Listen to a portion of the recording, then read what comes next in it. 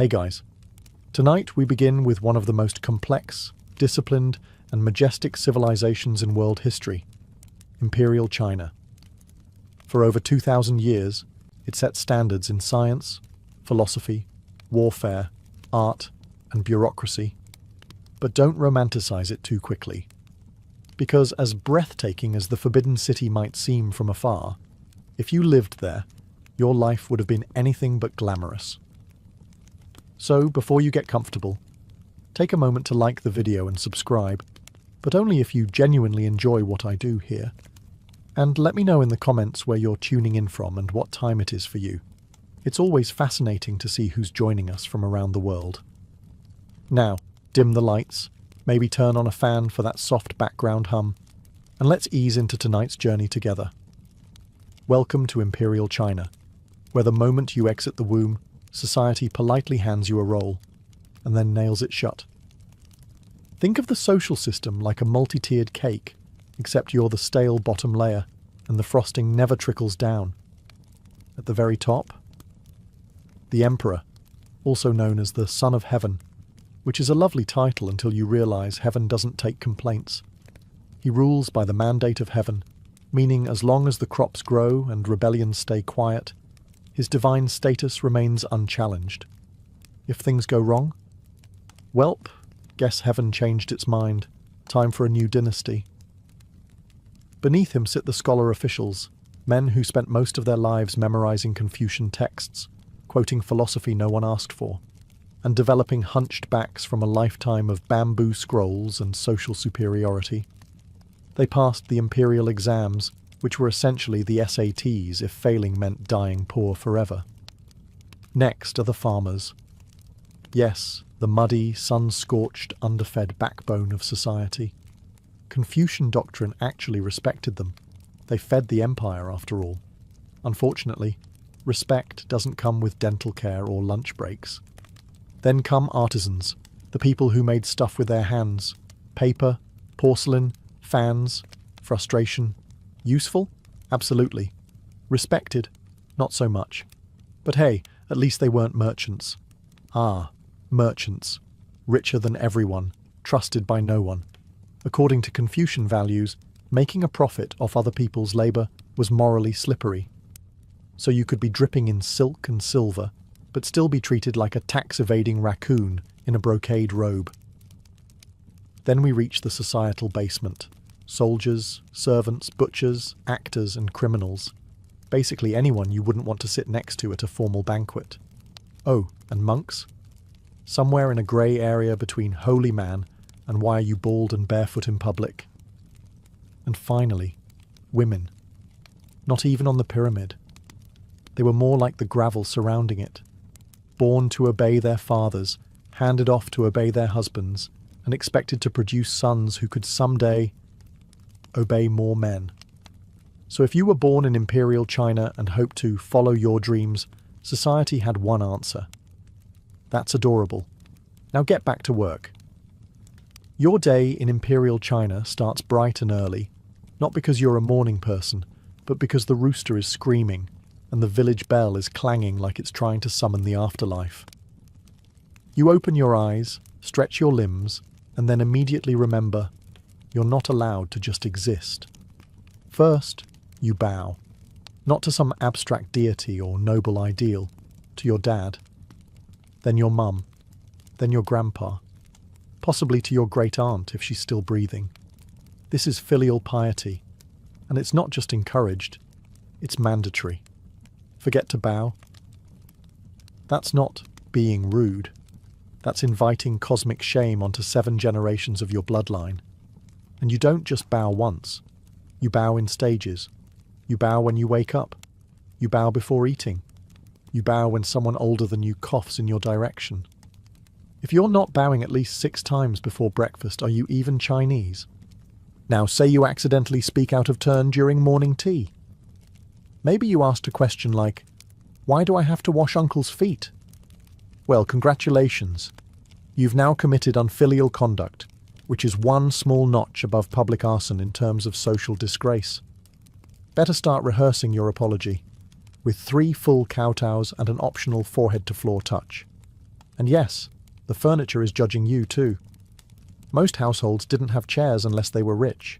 So you're kneeling on woven mats, trying not to collapse while your elders launch into 45-minute monologues about respect, discipline, and how the world went downhill ever since the last dynasty. Let's not forget the Confucian hierarchy chart, the spiritual PowerPoint slide that dictates who gets to talk, sit, or breathe first. Age beats youth. Men outrank women. Fathers outrank everyone. Even among siblings, older ones can talk over you. If you're the youngest, just nod, smile, and hope you're not blamed for something someone else did. There is no good morning in Imperial China. There is only a series of respectful rituals and a quiet prayer that today you won't accidentally offend someone and get disowned.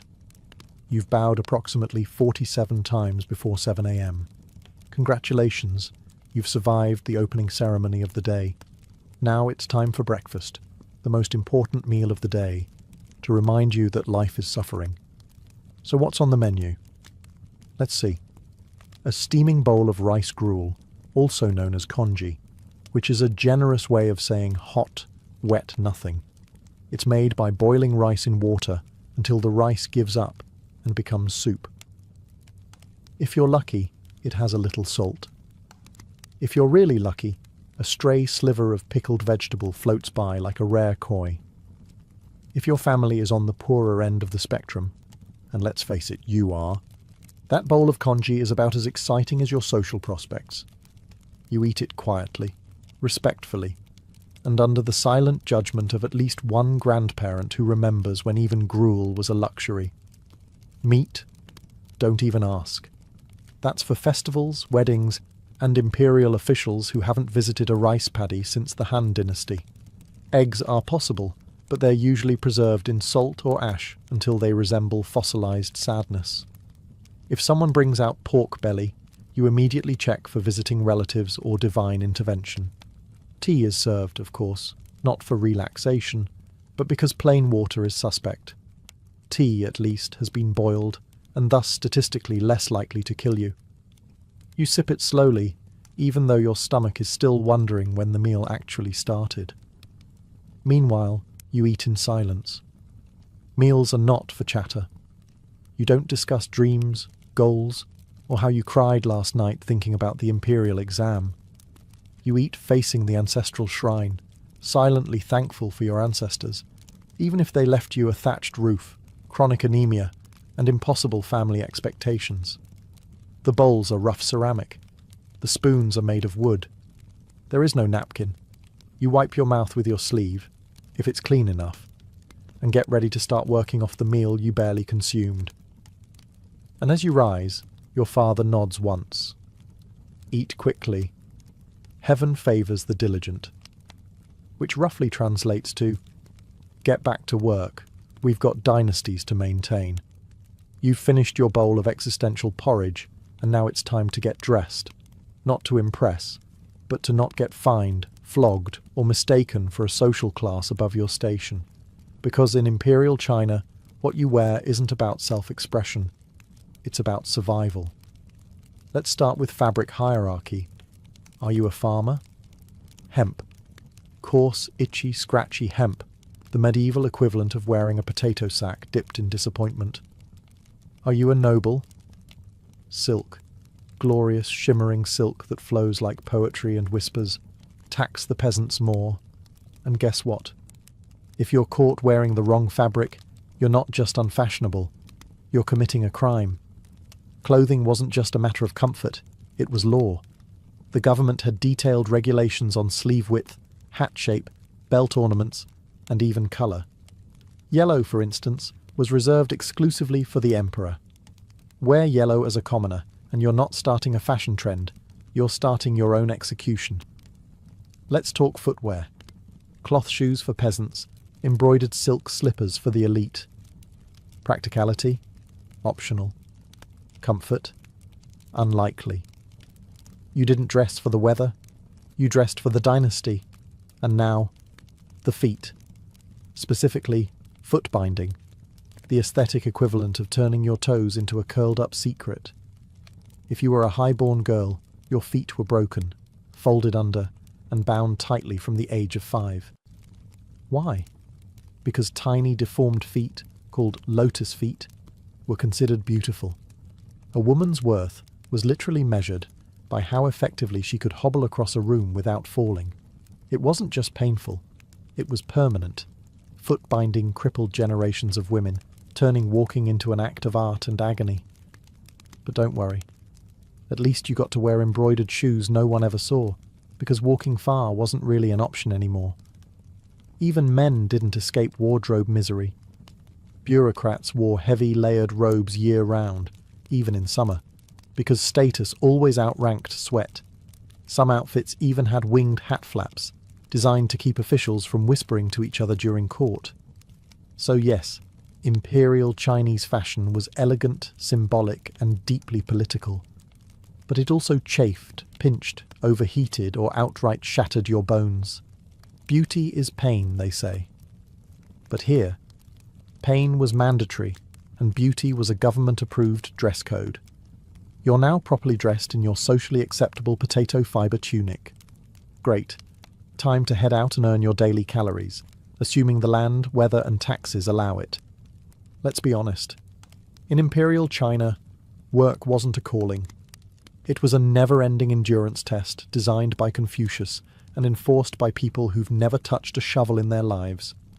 If you're a farmer, and statistically, you are, you'll spend your entire life bent over a rice paddy. Not in a poetic, cinematic way. No, this is literal back-breaking labour. You wake up before the sun, plant seedlings knee-deep in muck, swat away mosquitoes the size of small birds, and pray the landlord doesn't increase your grain tax again this year.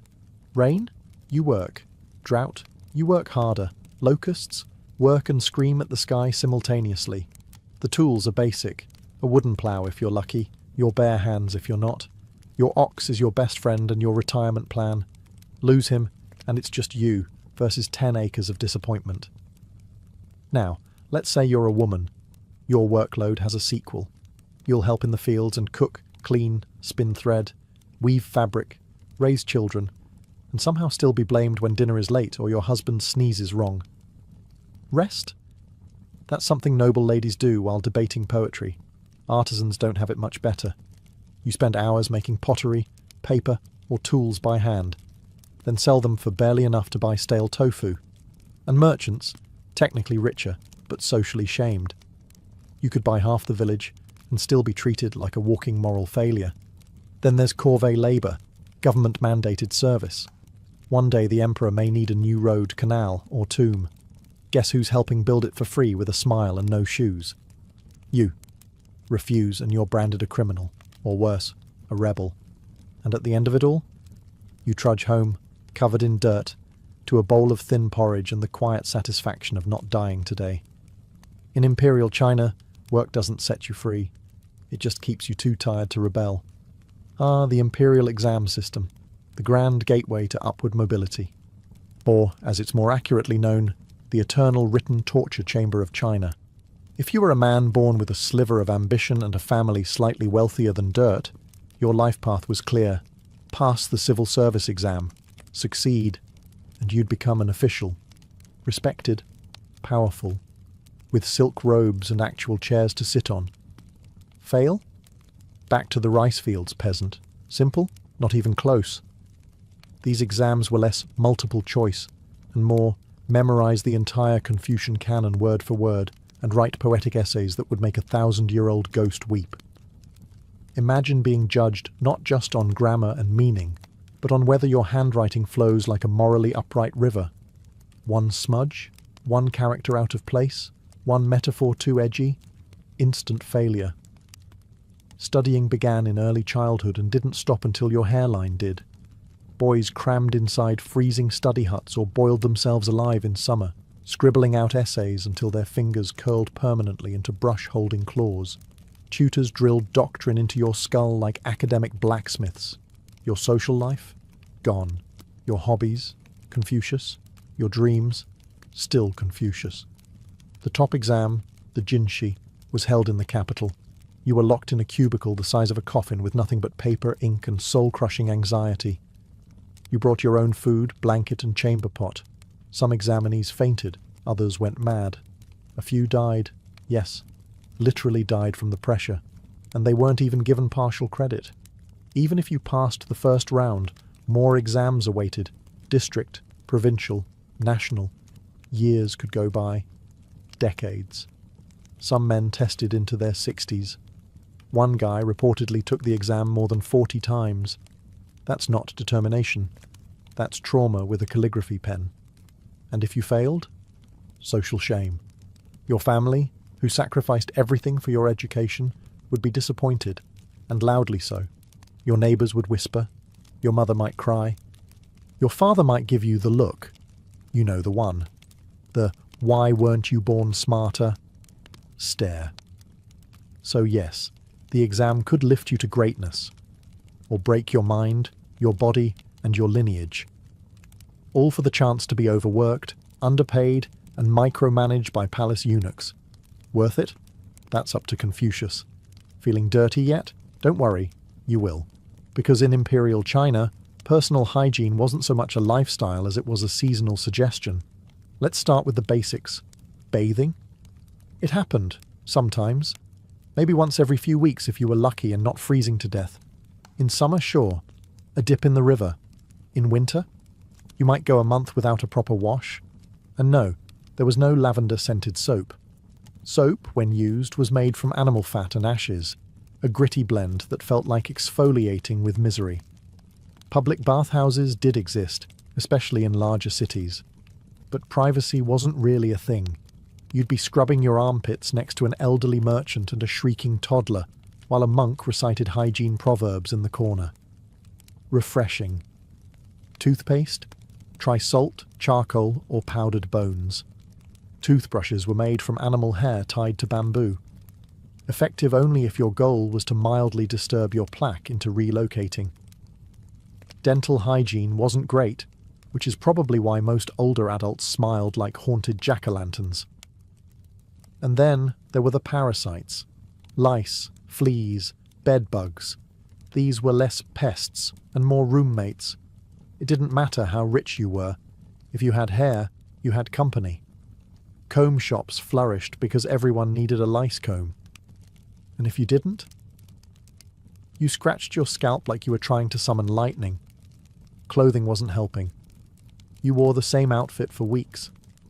Washing clothes required hauling water, boiling it, scrubbing by hand, and praying your shirt didn't disintegrate into fibres. Underwear existed, but wasn't a daily requirement, especially for peasants, who often wore none at all. Risky business. And don't forget the toilets. Or actually do, for your own sake. A toilet was typically a hole in the ground, occasionally surrounded by wooden boards if you were fancy. Public latrines, functional in the same way a haunted well is functional. Smelly, crowded, and always one step away from biological disaster. Imperial China had silk, philosophy, poetry, and palaces. But if you wanted a long, hot, private shower, you were about 1,500 years too early. So you've survived the lice, the breakfast disappointment, and the soul-crushing exam prep. But before you even think about complaining to your neighbour, remember, in Imperial China, the law is always watching. And unlike modern surveillance, this one comes with bamboo sticks and very creative punishments. Let's begin with the legal code. Imperial dynasties, particularly during the Tang and Qing periods, were known for having exhaustively detailed laws.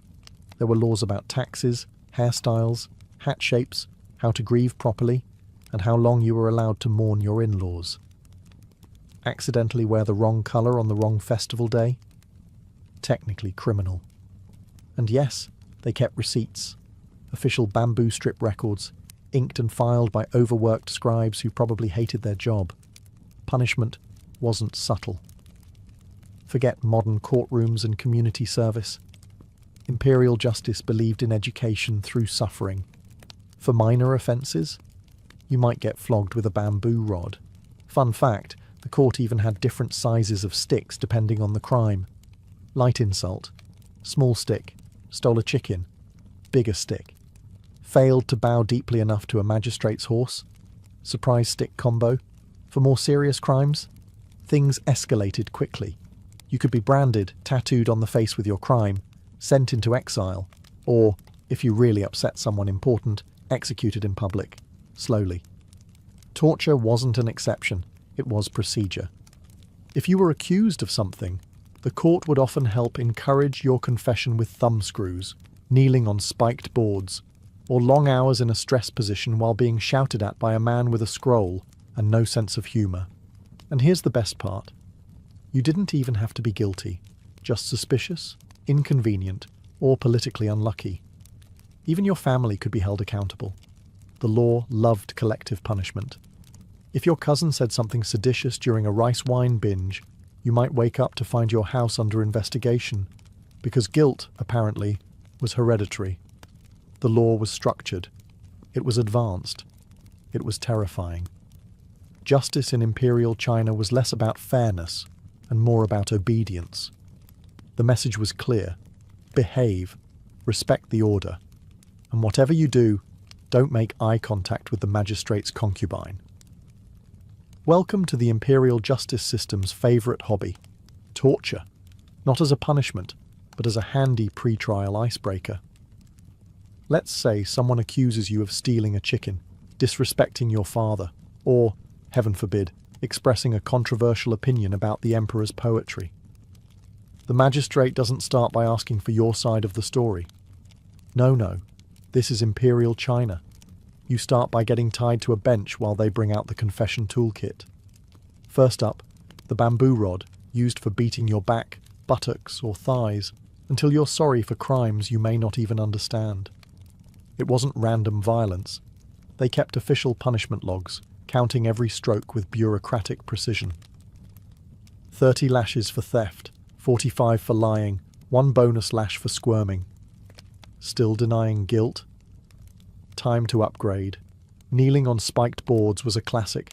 You kneel on rough wood embedded with stones or glass until your legs give out, or your will does. It's a little like yoga, if yoga were invented by angry civil servants. Then there's the finger crusher. 2 slabs of wood tightened with rope around your fingers. Fun fact, it was called the small tiger bench, which sounds adorable until your bones snap like kindling. It's hard to write a confession with broken fingers, but they didn't really care about penmanship. And yes, this was standard procedure. Torture wasn't seen as morally questionable.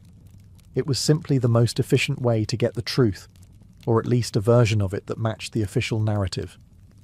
If you still wouldn't confess, they'd just escalate. Some punishments involved being stretched, whipped, or left tied up in the summer sun while officials took a lunch break. And don't bother screaming, the neighbours are used to it. Now imagine you're innocent. Congratulations. You still get tortured, because a clean confession was needed for proper record keeping. Better to admit to something than risk being labelled uncooperative. Imperial logic at its finest. So next time you complain about modern bureaucracy, remember, at least the DMV doesn't beat you with bamboo until you admit you might have parked improperly in 1372. You may think you're alone, but in Imperial China, someone is always watching. And no, it's not just your judgmental grandmother. The surveillance state wasn't digital. It was human, carefully trained, state-approved, and terrifyingly thorough. It began at the village level, where every town had a local baozhang or village elder, who wasn't just there to hand out rice. He was also your friendly neighbourhood informant. Your neighbours? Also spies? Your extended family? Absolutely spies. Your servant who claims to be illiterate and deaf?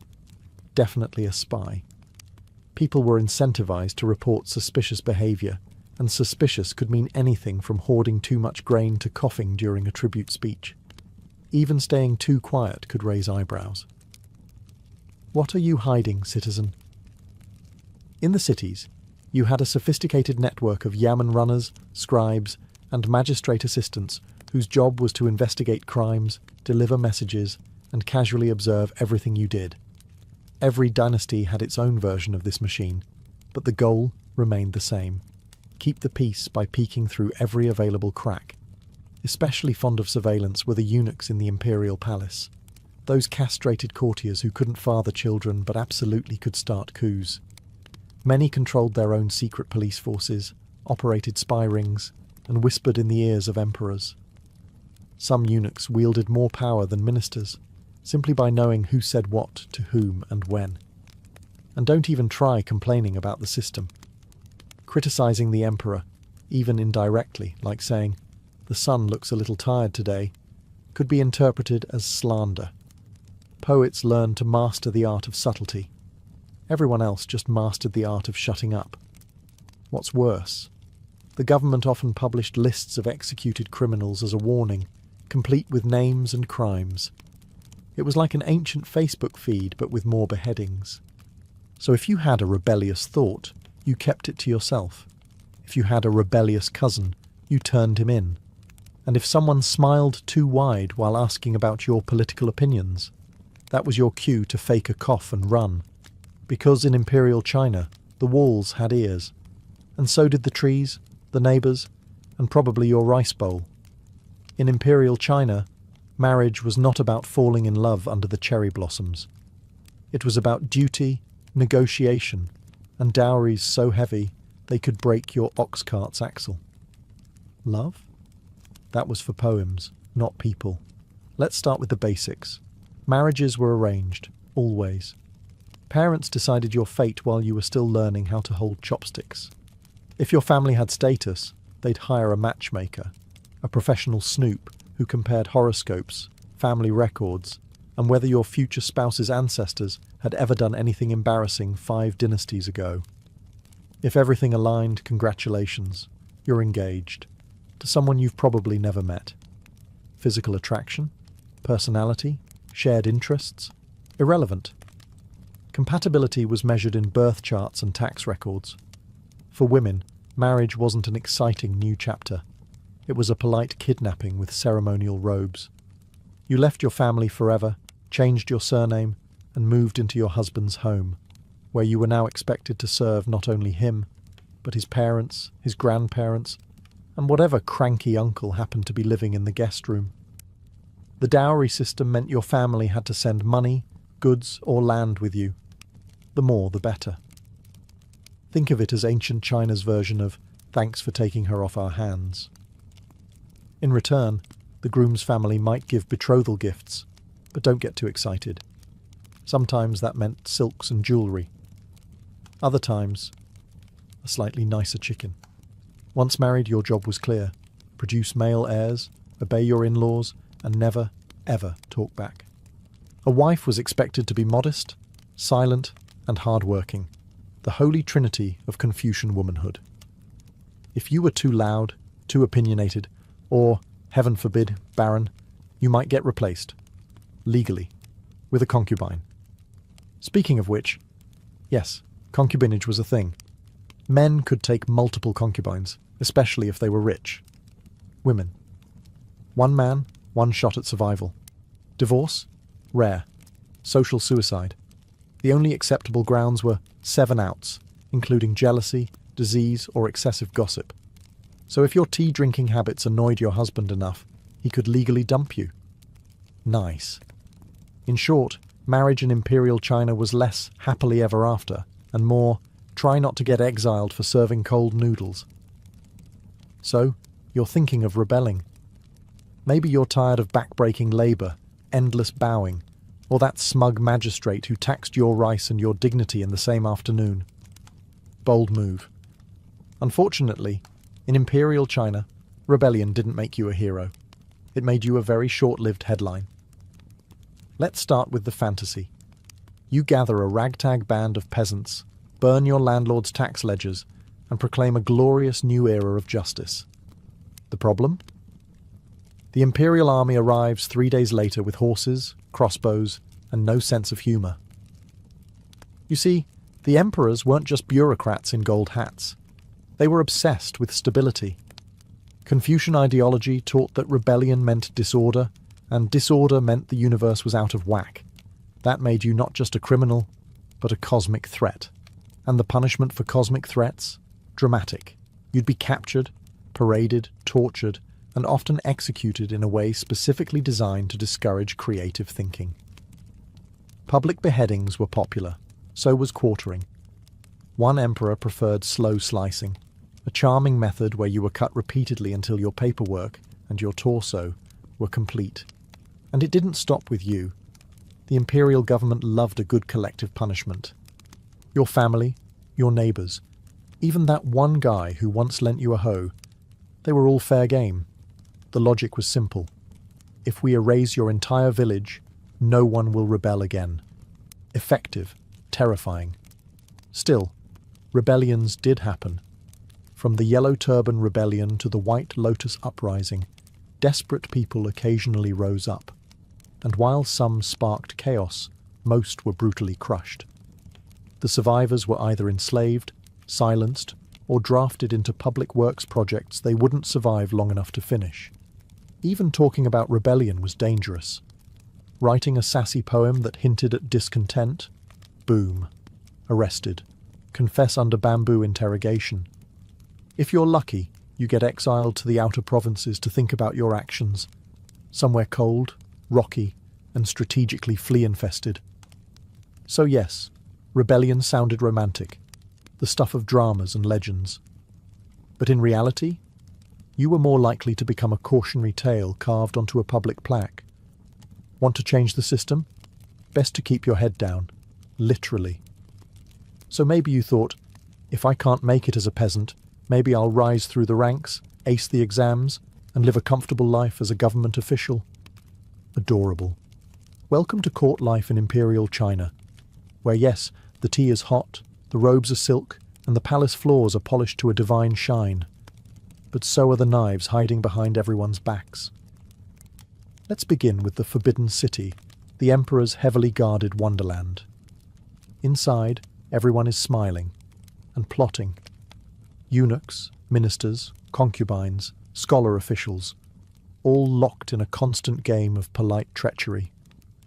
The only thing more cutthroat than court life was actual throat-cutting, which also happened. A lot. If you were an official, your every move was watched. Not just by spies, but by rivals waiting for you to mess up. File a report with the wrong character? Treason. Mispronounce the Emperor's name during a reading? Treason. Hesitate before kneeling? Treason adjacent at the very least. And let's talk about eunuchs, castrated palace servants who wielded disproportionate power. Many started humbly, rose swiftly, and became gatekeepers to the Emperor's inner world. Upset a eunuch? You might find your promotion mysteriously delayed, or your name added to a secret, accidental disappearance list. Meanwhile, the imperial harem wasn't a romantic fantasy. It was a high-stakes political battlefield. Concubines vied for favour, sabotaged rivals, and hoped to birth a prince, preferably one who didn't get poisoned before age 5. The Empress might technically be in charge, but good luck controlling 30 jealous women with nothing to do but scheme creatively. Even poetry was risky. Compose the wrong metaphor about wilting flowers or a crumbling wall, and someone might decide you're criticizing the Emperor. There were officials executed for writing poems about the weather, because the Emperor took the hint. And when the Emperor died... Oh, now the real fun began. Succession disputes, secret wills, mysterious deaths, unfortunate illnesses. Half the court usually didn't survive the transition. So no, court life wasn't safer. It was just death in a silk wrapper. Your robe might be red, but so was the floor beneath it. You've made it this far. Bowed, bled, memorized 400 Confucian sayings, and dodged at least 3 types of death. But here's the grand truth about life in Imperial China. You were a statistic, a head count, a line item on a dusty tax ledger. To the Empire, you were not a person with hopes and dreams. You were a grain of rice, small, anonymous, easily crushed, and ideally harvested for labor or revenue. The state didn't care if you had ambition, talent, or inner beauty. It cared if your family paid its taxes on time and produced able-bodied sons to draft into the next border defense project. From the Emperor's viewpoint, You were one speck among hundreds of millions, and not even a glamorous speck. You weren't the golden imperial seal or a sacred relic. You were a moving part in a rice-producing, silk-spinning, canal-digging machine built to sustain dynastic continuity. Your birth was recorded not for celebration, but for future tax extraction. Your death was noted mostly so your family wouldn't keep trying to claim your rations. And in between, your life's purpose was to not cause problems. Stay in line, fulfill your role, and try not to starve during a drought. Individualism? Cute idea. It didn't exist. You didn't follow your passion. You followed your father, your master, or your assigned bureaucratic rank. The idea of being unique, of standing out, was as threatening to the state as a crop blight or a Mongol invasion. Harmony was everything. Even your emotions were expected to be in line with your social status. Feeling sad as a peasant? Acceptable? Feeling inspired? Sit down. The census didn't ask what your favourite poem was. It asked if your roof leaked and whether you owned a pig. Even your body belonged to the system. Drafted for public works, you might be sent to build a canal you'd never benefit from, or guard a wall you'd never see finished. Die along the way? No problem. There were always more grains where you came from. In Imperial China you mattered, but only as long as you could be counted, taxed, or buried quietly. So here we are, 15 chapters deep. And if you've been paying attention, one thing is clear. Imperial China was magnificent, and magnificently merciless. Yes, this civilization gave the world some of its most profound inventions. Gunpowder, paper, the compass, printing, bureaucracy that actually worked, mostly. The Great Wall snaked across mountains, the Forbidden City stood like a jewel of imperial will, and poetry flowed like the Yellow River. Beautiful, endless, and often fatal if interpreted incorrectly. The legacy? Unmatched. The reality? Backbreaking, hierarchical, and constantly one bad rice harvest away from collapse. For every elegant brushstroke recorded in a scholar's diary, there were 10,000 peasants ankle-deep in mud, wondering whether this year's tax grain would leave anything left to eat. For every emperor buried beneath a mountain of jade and gold, there were hundreds of labourers buried beneath the same mountain because they were inconvenient witnesses. The brilliance of Imperial China didn't come cheap. It was paid for in childhoods, lost to exam study, backs bent from fieldwork, and lives cut short by law, famine, or conscription. The system worked, brilliantly, for the top few. For everyone else, it worked them until they collapsed. And the worst part? Most of them accepted it, not because they loved oppression, but because the system had convinced them it was the natural order of things, that heaven had appointed their emperor, that filial piety, obedience and silence were virtues, that suffering quietly was a form of virtue, that legacy, the duality of splendour and suffering, is what still echoes today.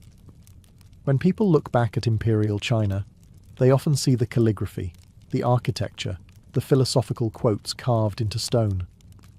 They don't always see the concubine poisoned in the harem, the starving mother selling her comb for rice, or the scholar who failed the exam for the 7th time and simply disappeared. So no, you wouldn't last a day in Imperial China. Not because you're soft, but because that world wasn't built for survival. It was built for endurance, tradition, and control. And yet, through it all, the empire endured. The people endured.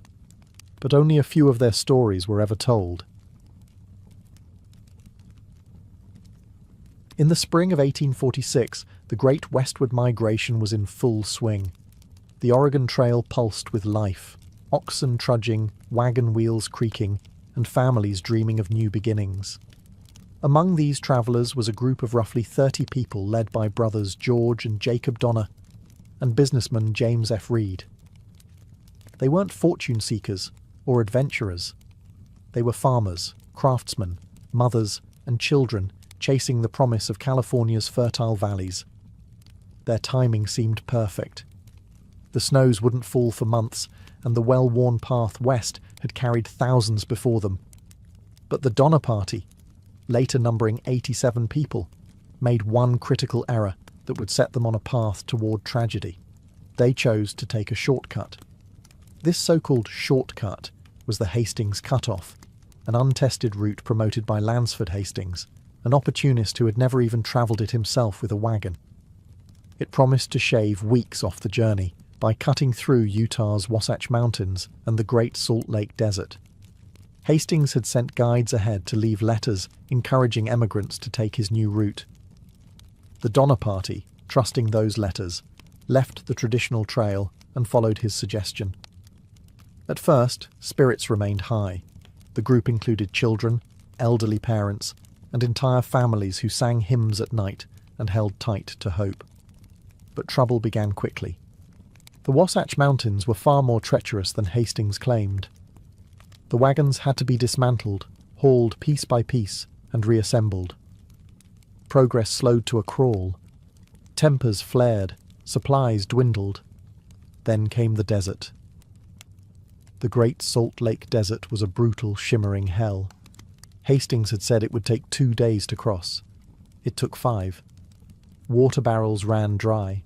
Animals collapsed. Oxen went mad. Entire wagons were abandoned in the alkaline dust. They had already lost precious time, and winter was no longer far behind them.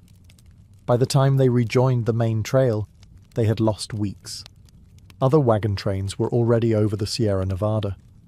The Donner Party, exhausted and behind schedule, pushed onward, unaware that the most harrowing part of their journey still lay ahead.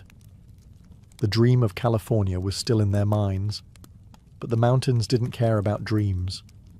And soon, neither would starvation. By late October 1846, the Donner Party finally reached the eastern base of the Sierra Nevada mountains. It was supposed to be the last great obstacle before descending into California's promised lands. But the mountains weren't just high, they were merciless, and winter was arriving early. The party was now fractured. Some families had forged ahead, while others, including the Donners and the Reeds, lagged behind, slowed by broken wagons, injured oxen, and sheer exhaustion. Snow began to fall, light at first, then relentless. Within days, the passes became impassable. They were trapped. They camped at Truckee Lake, what's now called Donner Lake, and others stopped further back at Alder Creek. Makeshift cabins were built from pine logs and wagon parts. They slaughtered their remaining animals. Hides were turned into crude tents. The snow kept falling. Over 6 feet, then 10. The hunger came quickly. Rations were reduced. The livestock was gone. They boiled strips of rawhide and gnawed on leather belts. One child tried to eat a blanket. Another chewed on a piece of bark until their gums bled. Every morning brought another cold body. Death moved slowly, politely, then cruelly. Inside those cabins, there was no warmth, just smoke, hunger, and silence. Mothers tried to comfort starving children. Fathers stared out into the endless snow, calculating how far they might get on foot. Arguments broke out. Hope thinned like the mountain air. On November 12th, a blizzard sealed their fate. Snow piled up to the roofs. Trees snapped under the weight. Any thought of escape was buried under white silence. The pass was closed. And the dream of California was gone, replaced by a desperate, singular thought: survival. By mid-December, with no rescue in sight, 15 of the strongest members formed what would be called the Forlorn Hope Party. 10 men and 5 women strapped crude snowshoes to their feet and attempted to cross the mountains on foot, carrying meagre rations and the unbearable burden of what might come next. Behind them, dozens remained at camp, starving, dying, and waiting in a frozen purgatory. And for the Forlorn Hope, the question wasn't if they would survive. It was, who would die first, and who would eat them? On December 16th, 1846, 15 desperate souls stepped into the snow and vanished into history. They were dubbed the Forlorn Hope, not by the newspapers, but by their fellow emigrants who watched them go, knowing full well what the word forlorn meant: lost, hopeless, doomed. Each member carried only what they could: scraps of dried oxhide, flint, a rifle, and shredded blankets. They built crude snowshoes, hoping to stay above the deep drifts, but it barely worked. The snow was powdery and endless. They slogged for miles each day, slowed by exhaustion and the icy grip of high-altitude wilderness. Within days, they were lost. The food ran out almost immediately. They had miscalculated the distance. A squirrel was caught, a pine cone boiled, and then a man collapsed. Franklin Graves, the oldest in the group. His daughters sobbed as he died in the snow. There was nothing they could do. And then, one by one, others began to fall. Antonio, the Mexican teamster. Patrick Dolan, raving and delirious. Lemuel Murphy, just 13. Death came not as a storm, but as a slow hush. It was silent, white, inescapable. Then came the moment. The line crossed in desperation and cold logic. The survivors carved meat from their fallen companions. They wept, prayed, vomited, and ate again. It wasn't savagery. It was calculus. Starve or live. Sarah Graves, just 19, later recalled the first taste. She never spoke of it again. William Foster, gaunt and silent, kept his thoughts to himself. Mary Ann Graves held her sister's hand and whispered that it didn't matter what they had to do, so long as they got home. By the time they stumbled out of the mountains weeks later, only 7 had survived. 5 women and 2 men. Their eyes were sunken, their cheeks frostbitten, their mouths silent. But they brought something far more powerful than supplies or maps. They brought news. There were dozens still alive, trapped at Donner Lake, starving, freezing, waiting, and they needed help, now. California, which had largely ignored the Donner mess, suddenly woke up. The horror was too great, the shame too large. Rescue parties were organized, but by the time they arrived, the snow had grown even deeper, and in the cabins by the lake, what they would find was beyond imagining. The first rescue party arrived at Donner Lake in February 1847, 2 months after the Forlorn Hope emerged from the mountains. What they found wasn't a camp. It was a graveyard. Cabins were half buried in snow, doors frozen shut. Inside, people sat motionless, too weak to stand, their eyes glazed over from starvation. Children lay beside their dead parents. Frozen bodies were stacked like firewood. And the smell, thick, sickly, unforgettable, spoke of what had happened when the meat ran out. Some tried to speak. Others simply stared. Of the 87 who had started the journey, nearly half were dead. And those still breathing were barely human anymore.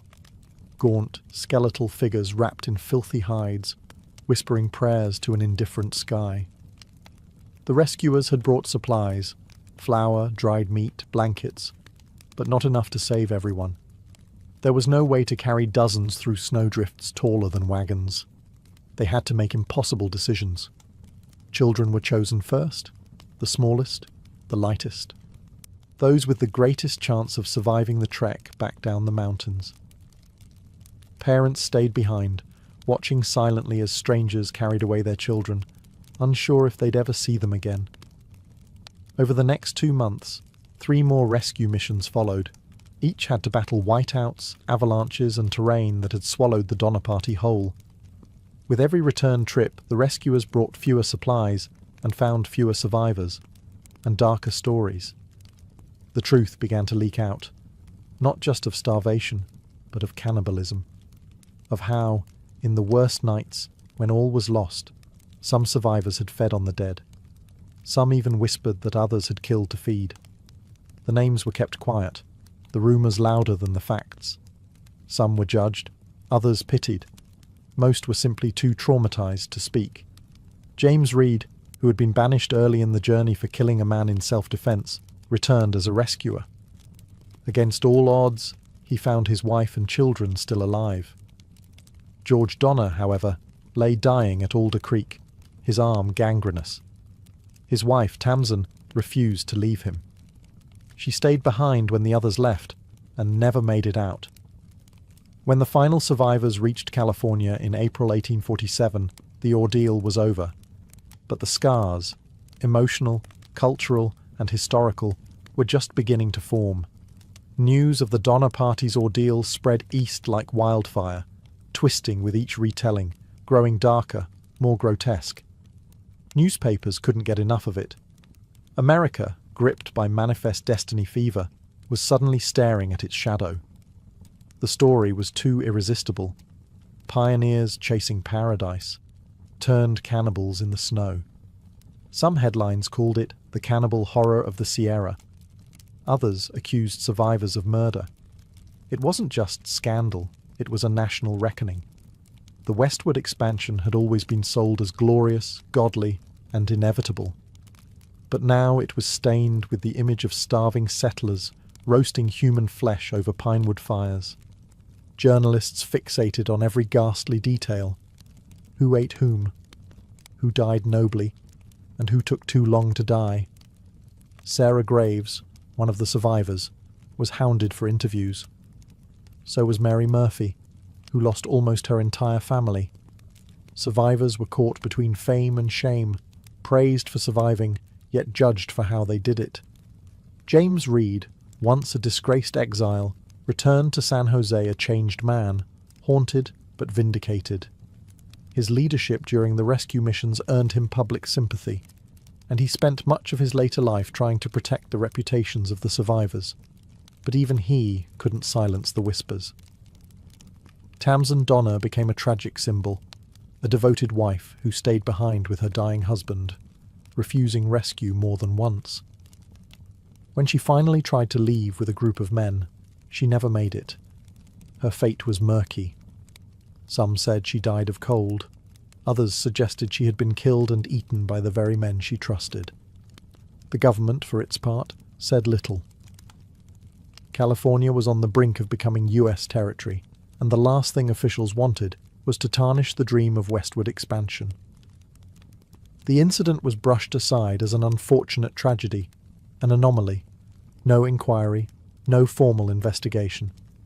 And yet, in every parlour and saloon, people talked about the Donners. The name itself became a cautionary tale. Children were warned, don't take shortcuts, don't stray from the trail, or you might end up like them. But beneath the horror, something more complex lingered. Questions about survival, morality, and just how thin the veneer of civilization really is when the snow won't stop falling. For those who lived through the Sierra nightmare, the journey didn't end when the snow melted. Survival came at a price, etched into bone and memory. The survivors emerged from the mountains, but they never truly left them behind. Many were children. They returned to civilization as walking ghosts, quiet, underfed, wide-eyed. Some, like Virginia Reed, just 13 at the time, would go on to live long lives. She eventually married, had children, and even published letters recounting her ordeal. But beneath her composed surface lay trauma that pulsed like an old wound. Others fared worse. Mary Murphy, after losing her entire family, married young and died within a few years. Louis Kesselberg, a German immigrant who had been among the last rescued, was branded forever by rumours that he had not only consumed the dead, but murdered them to do so. He sued a newspaper for libel and won $1 in damages. It didn't matter. The stain never left him. Some survivors tried to disappear. They changed their names, moved far from California, or refused to speak about what happened. Others couldn't stop talking, haunted not just by what they'd done, but by what they'd seen others do. It wasn't just the cannibalism. It was the slow unravelling of humanity, watching friends wither into skeletons, hearing the silent weeping of mothers who could no longer feed their children, choosing who to save when rescue came, because there was never room for all. Communities, too, reacted differently. Some treated the survivors with pity and respect, acknowledging their suffering as heroic endurance. Others whispered and gossiped, eager to distance themselves from what had become a living nightmare etched into the American frontier myth. James Reed, to his credit, rebuilt his reputation. He served in the Mexican-American War, prospered in San Jose, and lived to an old age. But even he admitted in letters that the images of the dead, the sounds of the camp, stayed with him. Always. No one who survived the Donner Party returned unchanged. Whether they were 8 or 80, they had stared into the void of desperation and made choices most people pray they'll never face. And in that silence between hunger and horror, they left behind a truth few wanted to admit. Survival is not always clean. It is not always noble. Sometimes it simply means living with what you had to become. The Sierra Nevada never forgot the Donners. The lake, where many of them waited out the blizzards, where they died, starved, and fed, is now known as Donner Lake, a postcard of natural beauty with a name that hums with unease. Over time, the landscape became part of the legend.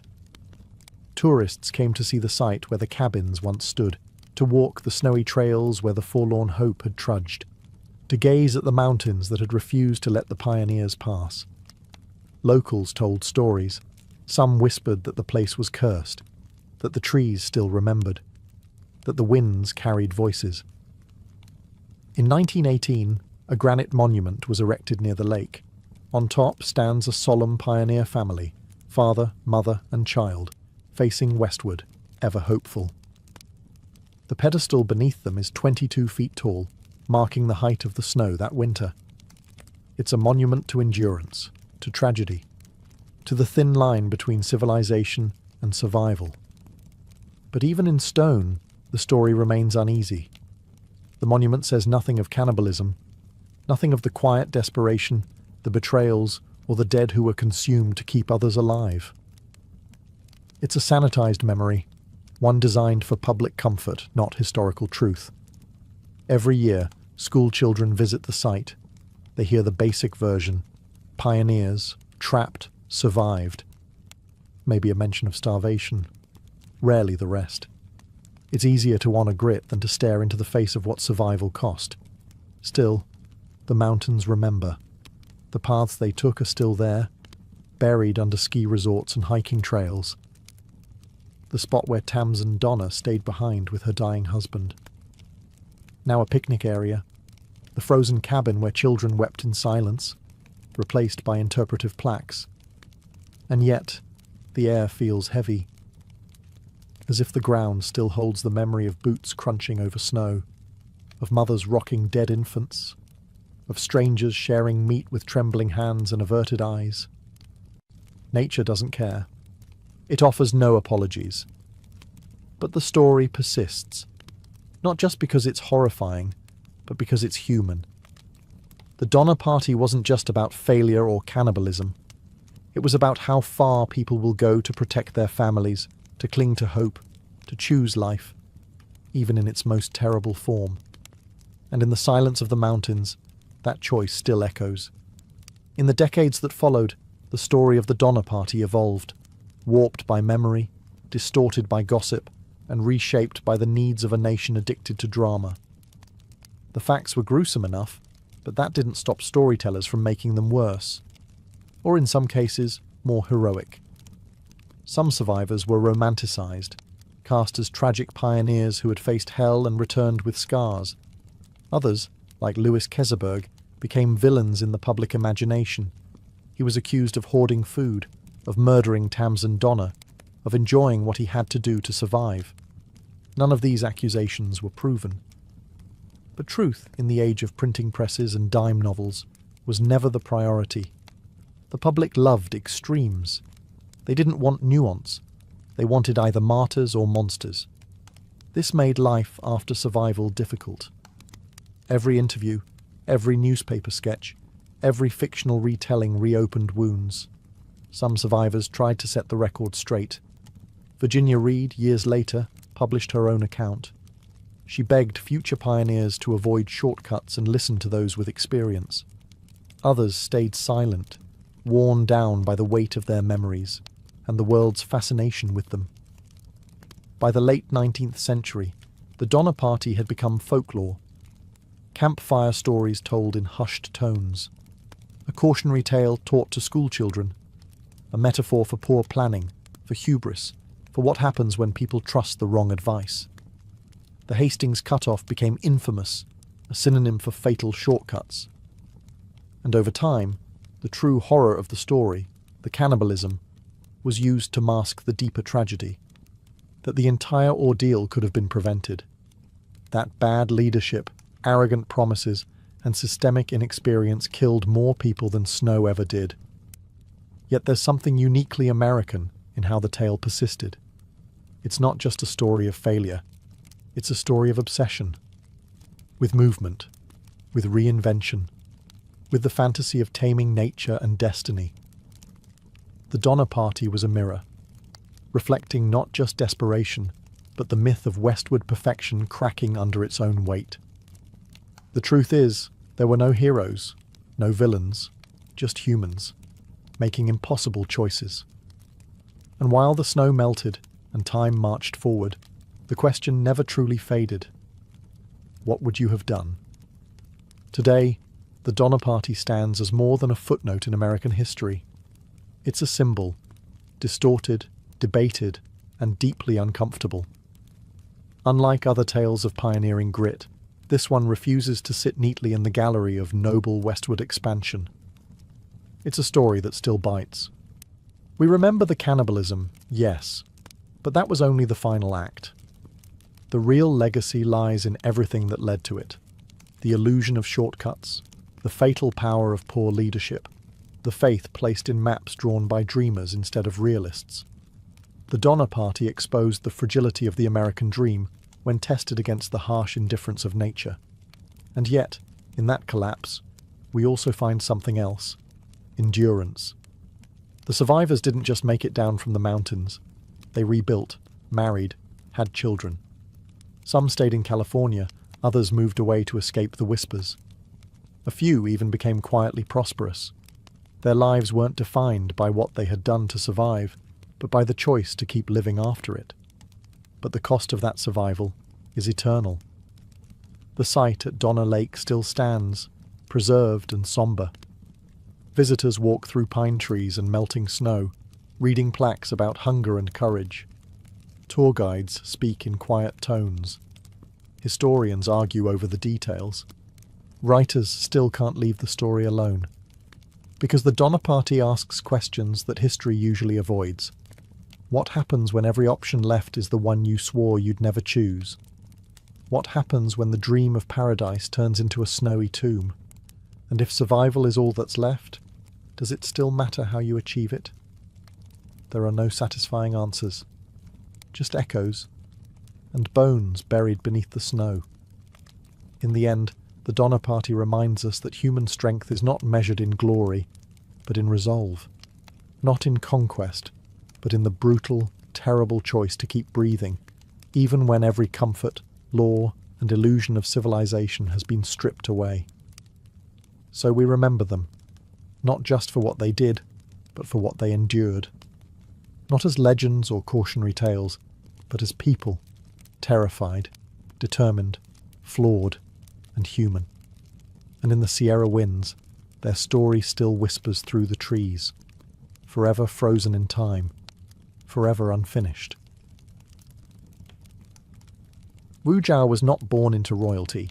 She was born into something far more dangerous: ambition wrapped in silk. The year was 624 CE, and the Tang dynasty was still young, glowing with promise and poetry. Her father was a timber merchant, wealthy enough to provide his daughters with rare privileges, tutors, books, and the radical idea that a girl's mind could be just as sharp as any boy's sword.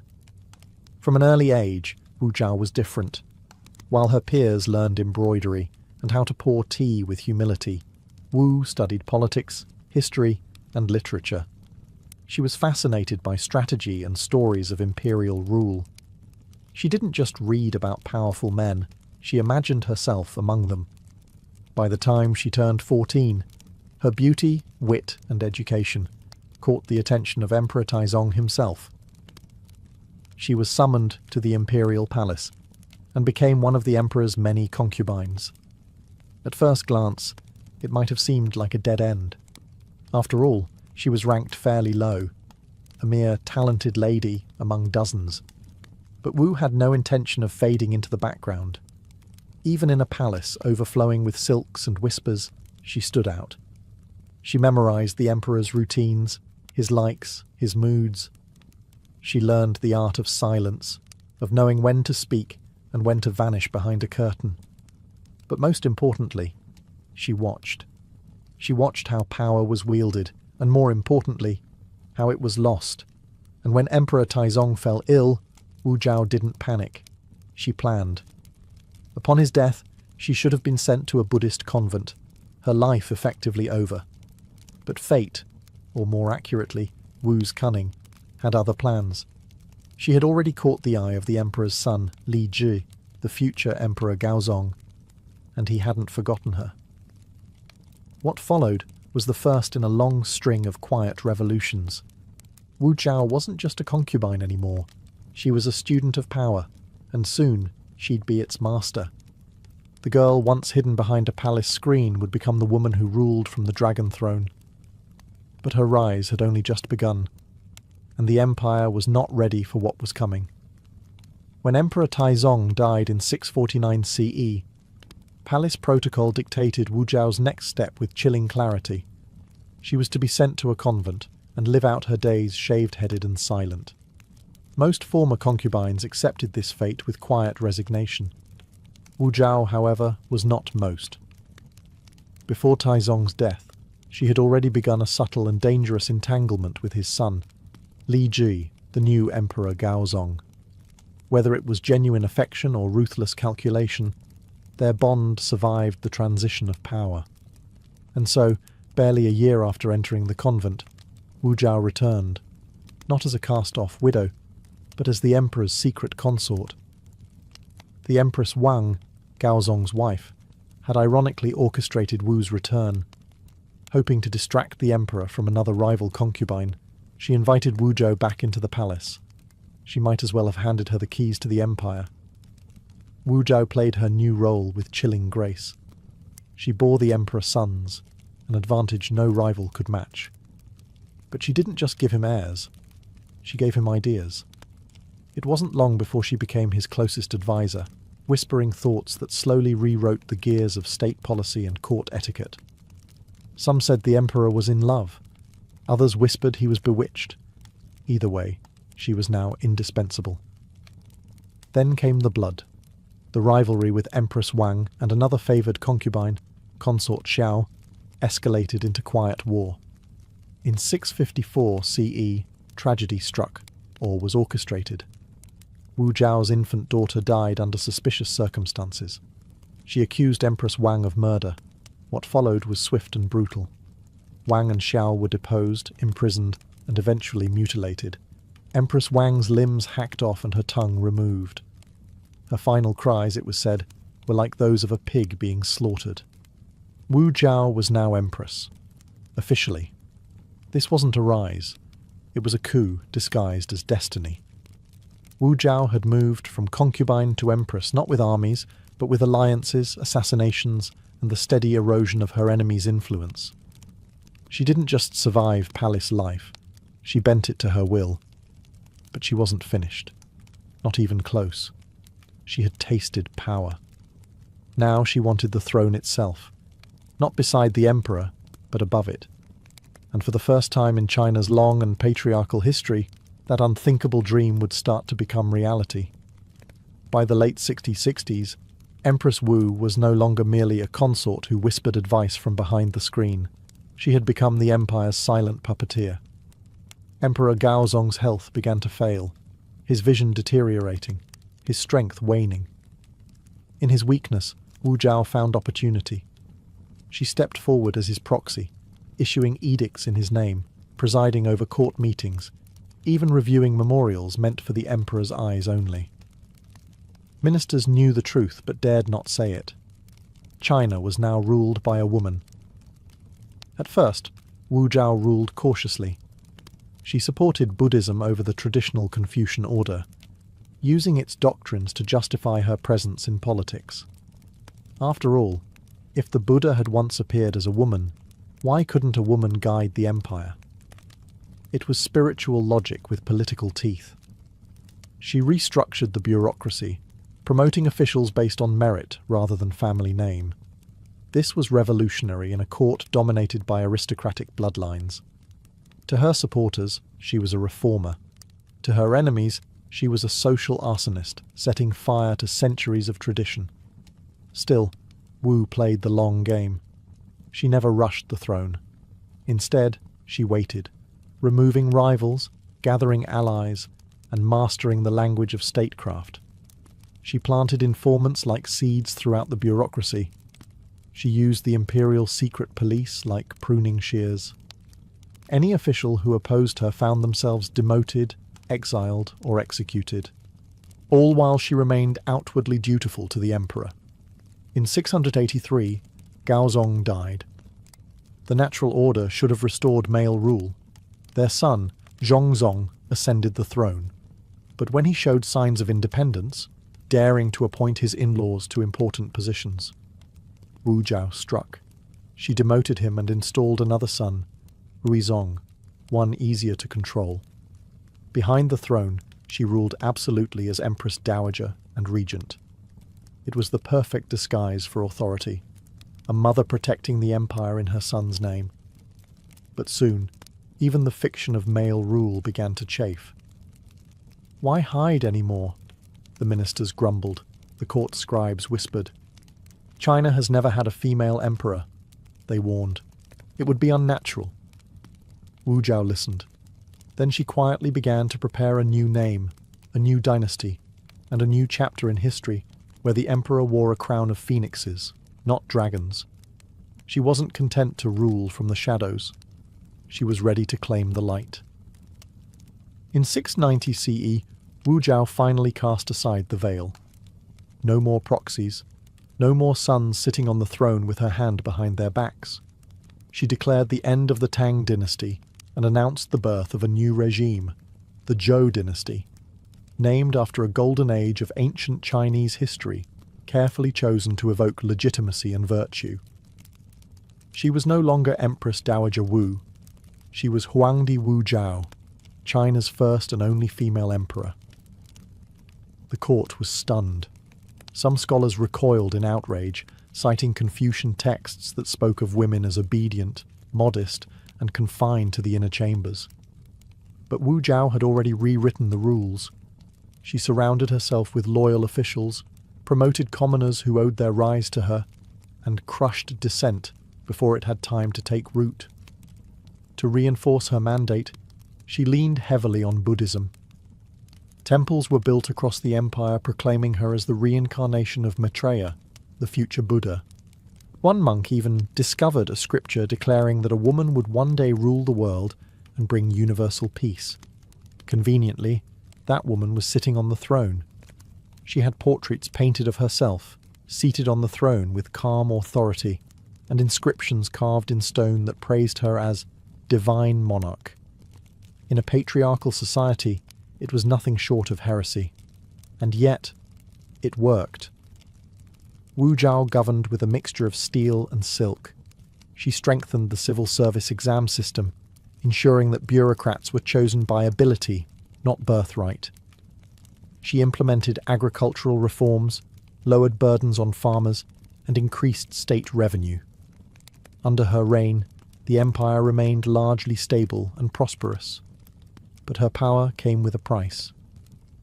She relied on a secret police network that sniffed out dissent like incense smoke in a temple. Court intrigues intensified, critics disappeared, rumours of executions, forced suicides, and torture chambers circulated like dark incense behind palace walls. Even so, she ruled with an iron grace. She wore the dragon robe. She gave imperial audiences. She issued decrees under her own name.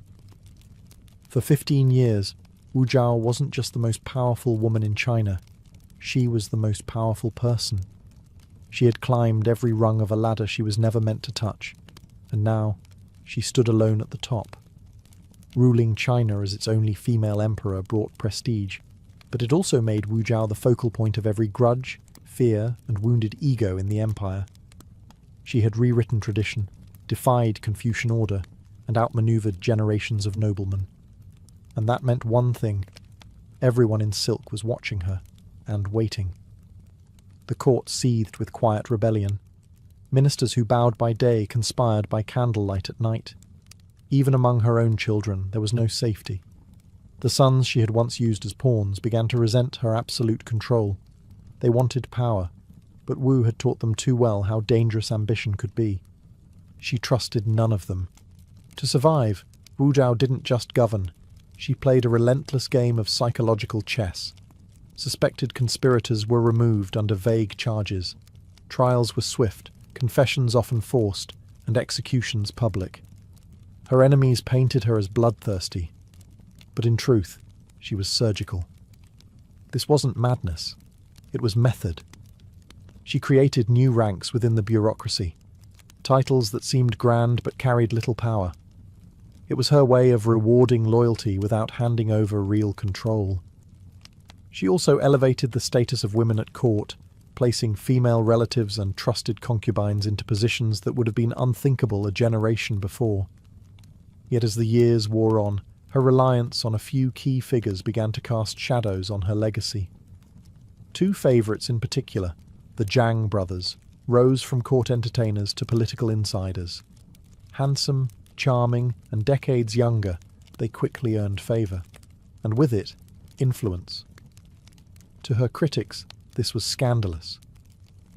The emperor, once known for her piercing intellect and ruthless command, was now seen as a lonely woman clinging to youth through the company of fawning courtiers. Whispers of corruption and decadence began to spread. But those whispers couldn't erase her accomplishments. Under her rule, literacy expanded, civil service exams were reformed, and state infrastructure improved. She hadn't just ruled, she had governed, effectively. Still, her health began to decline. Her grip on power, though still firm, was weakening. And behind her, vultures circled, eager for a return to normal, to a throne once again ruled by a man. Wu Zhao knew the end was approaching. The only question now was, would it come by illness or betrayal? By the early 700s, Wu Zhao was in her 70s, an advanced age for anyone, let alone an emperor. Her body grew frail, her strength waned, and yet her mind remained sharp, ever alert to the shifting winds of court politics.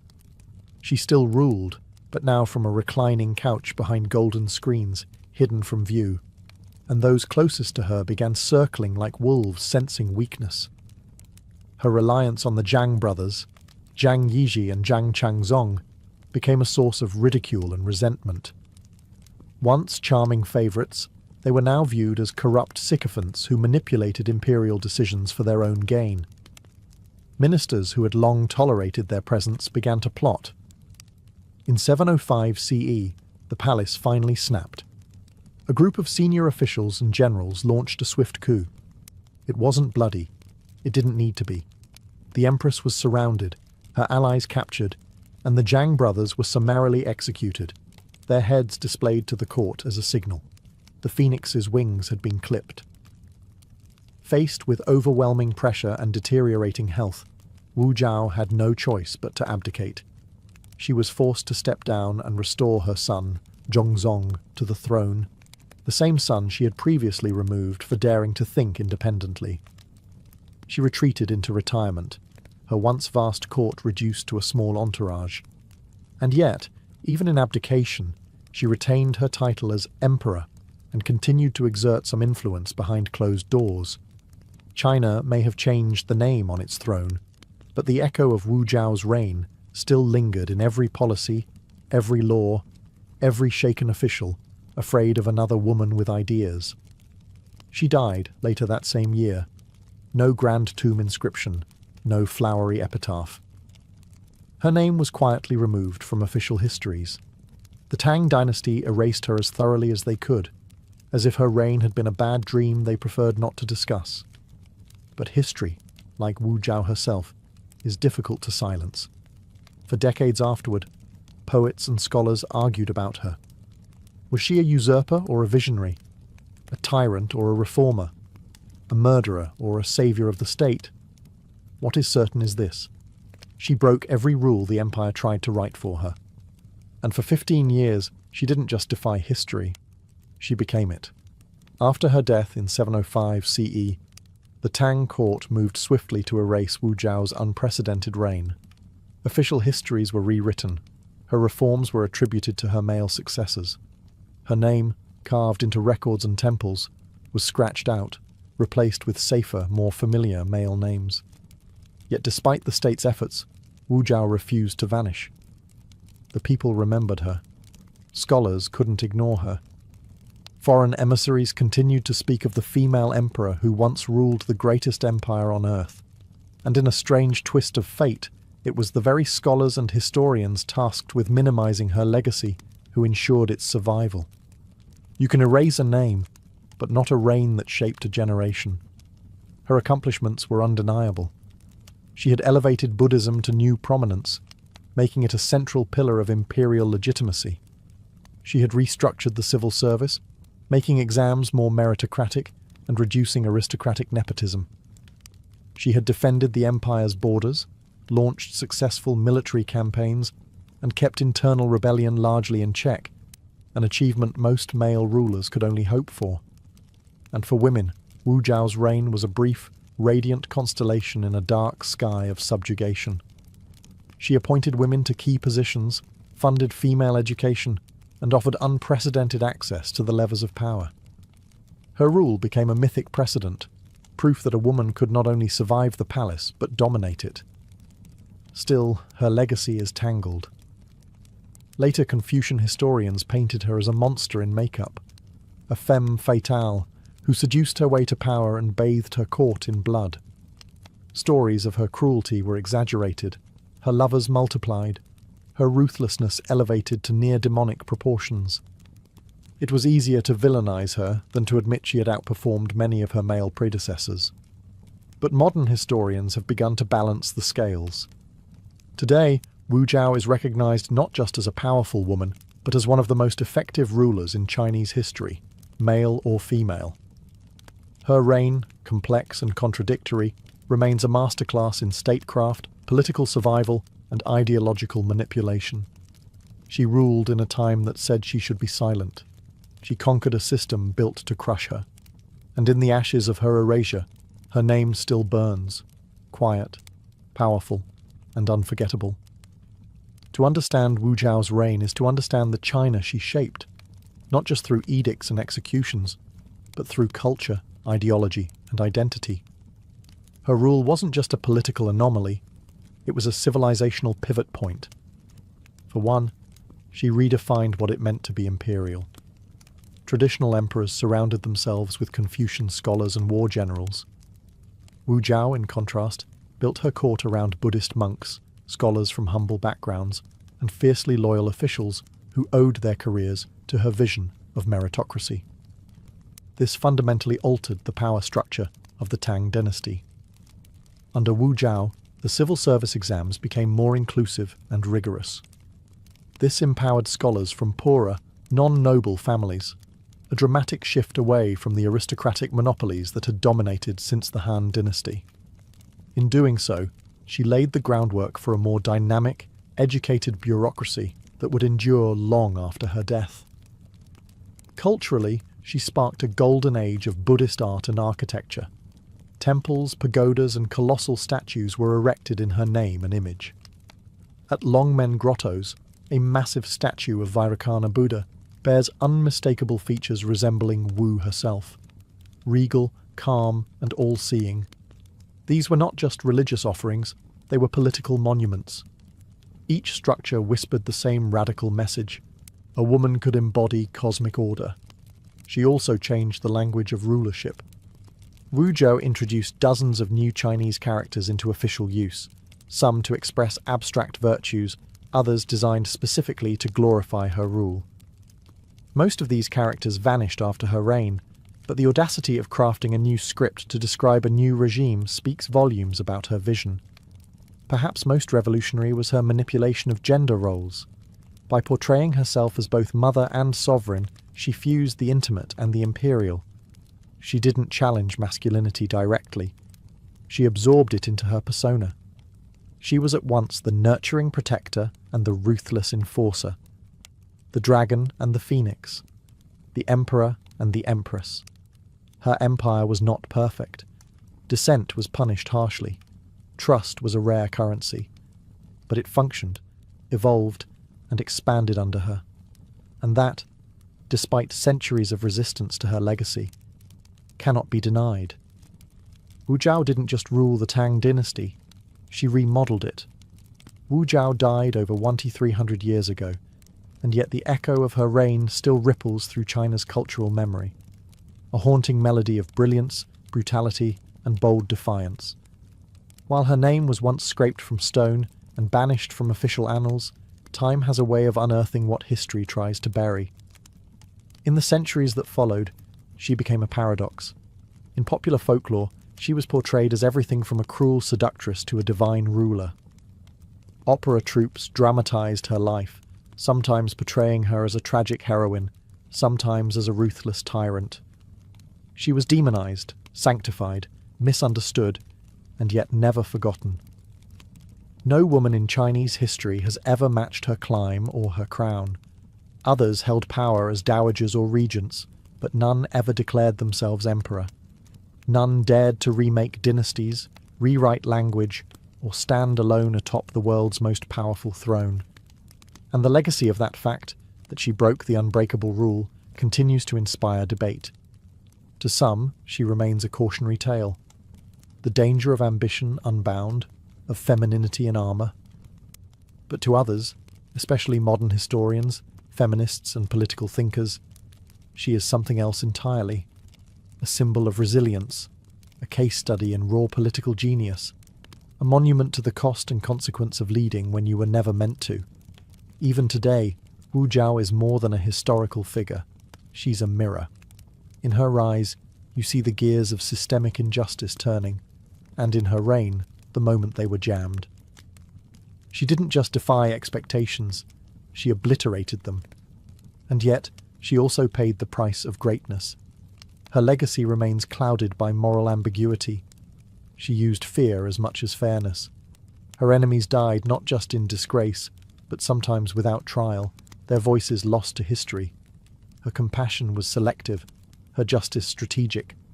She was not a saint, but she was never trying to be.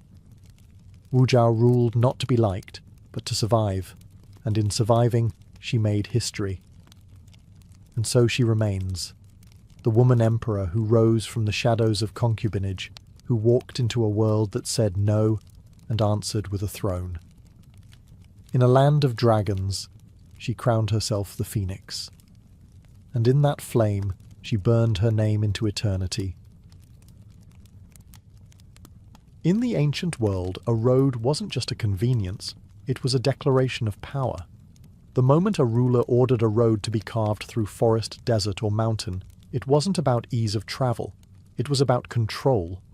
Roads were empire in motion. Unlike rivers or oceans which nature dictated, roads were human impositions.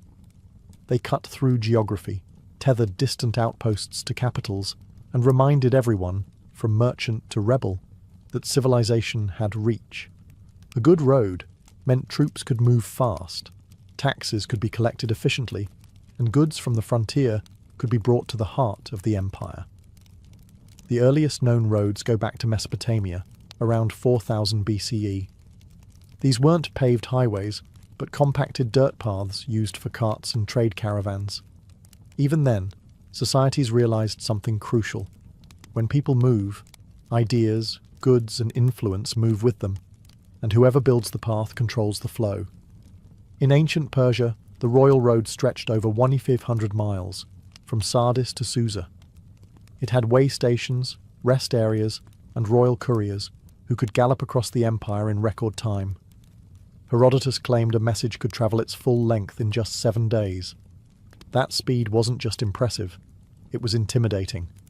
It meant that the king's voice could reach every corner of the empire in days, not weeks. But it was the Romans who perfected the road as an imperial instrument. They built over 50,000 miles of stone-paved roads across Europe, North Africa, and the Middle East. Straight, durable, and astonishingly well-engineered, these roads were designed not for beauty, but for efficiency. Marching legions, grain shipments, imperial messengers, each depended on that stone beneath their feet. Roman roads often started with military purposes in mind, but their civilian impact was just as transformative. Farmers could get their goods to markets. Travelers could cross regions in safety. Cities became linked, not just by politics, but by stone and sweat. In every civilization that mattered, the road was never just about transportation. It was about transformation. Because to build a road was to reshape the land, and with it, reshape the power that ruled it. If the ancient world had an engineering superpower, it was Rome. And their greatest tool wasn't just the aqueduct or the arch, it was the road. Roman roads weren't just pathways, they were the bones of an empire. The phrase, "all roads lead to Rome," wasn't metaphorical, it was logistical. The Romans built over 50,000 miles of roads, stone-laid, expertly drained, and arrow-straight. They connected Britain to Egypt, the Rhine to the Danube, and every strategic military outpost in between.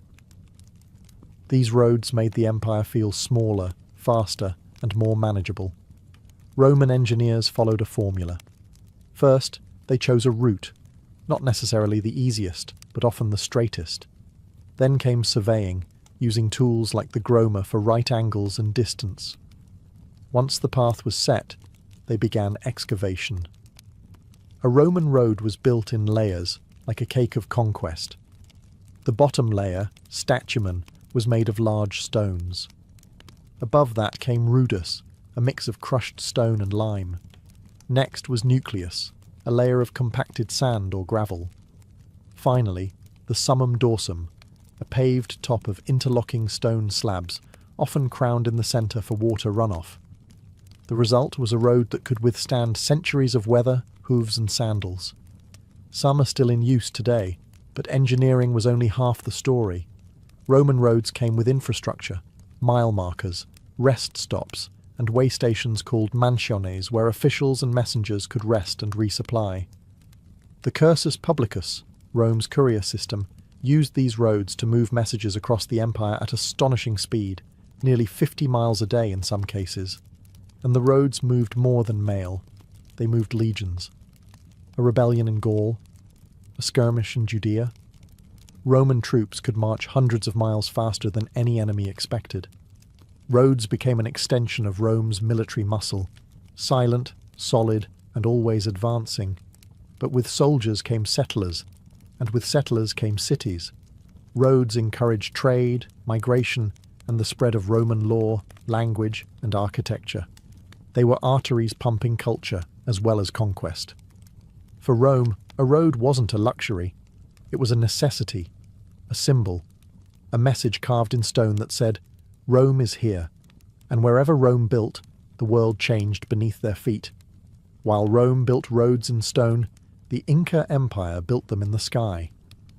Stretching over 25,000 miles, the Chapak Ñan, the great Inca road system, was a marvel of Andean engineering.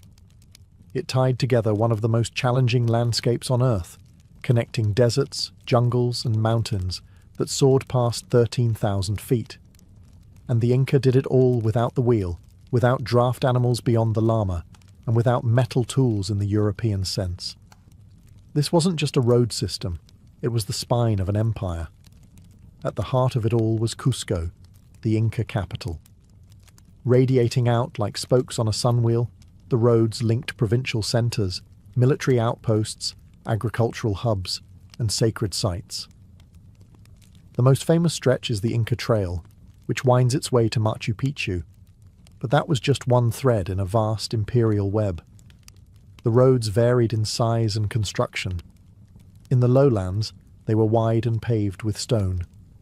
In the high mountains, they were narrow paths cut into cliffs, sometimes no more than a foot wide.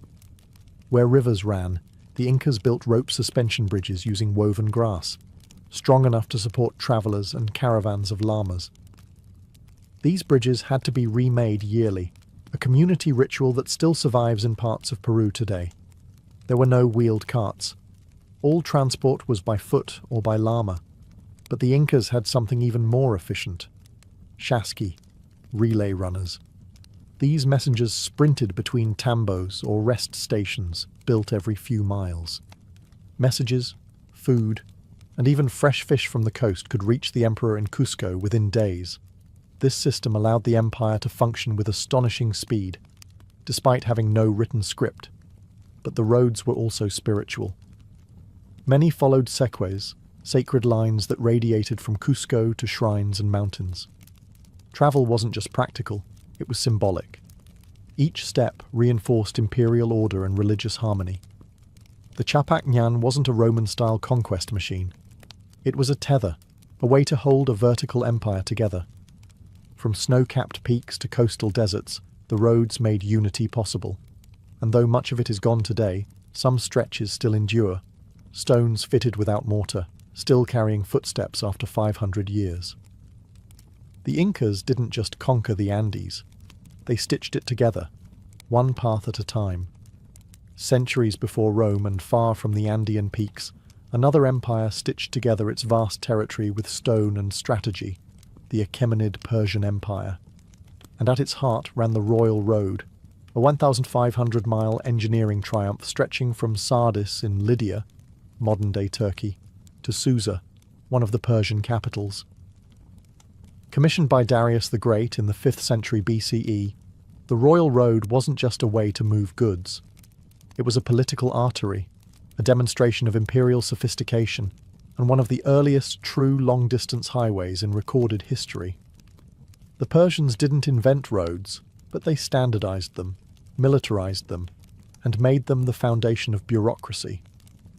Their engineers scouted routes that balanced terrain with directness, avoiding swamps and scaling mountains when necessary. The result was a surprisingly smooth and fast connection across a continent-spanning empire. Herodotus wrote that royal messengers could cross the entire royal road in 7 days, a journey that would have taken a regular traveller about 90 days. How? The system of relay stations. Every 15-18 miles there were posting stations with fresh horses and supplies. Couriers would switch horses and continue riding at top speed, a system that prefigured the Pony Express by over 2,000 years. But these roads weren't only for messengers. Merchants, military units, diplomats and tax collectors used them constantly. The Royal Road helped knit together a multi-ethnic empire that included Greeks, Medes, Egyptians, Babylonians and more. It made possible something extraordinary in the ancient world: central oversight of distant provinces. Road guards ensured safety, and caravanserais provided shelter and provisions. The entire system relied on maintenance and order, two things the Persian bureaucracy excelled at. Road crews were deployed to fix damage, and tolls were sometimes collected at river crossings or mountain passes. The Persians also pioneered road markers and milestones, tools for measuring distance and ensuring consistency across regions. These practices would echo later in Rome and Byzantium. The Royal Road didn't survive the fall of Persia intact, but its influence lingered. Alexander the Great used it to invade the empire. The Romans later expanded upon the concept. Even today, modern highways follow parts of its ancient route. It proved one powerful idea: an empire isn't ruled by sword alone. It's ruled by the speed of a message and the strength of the road it travels.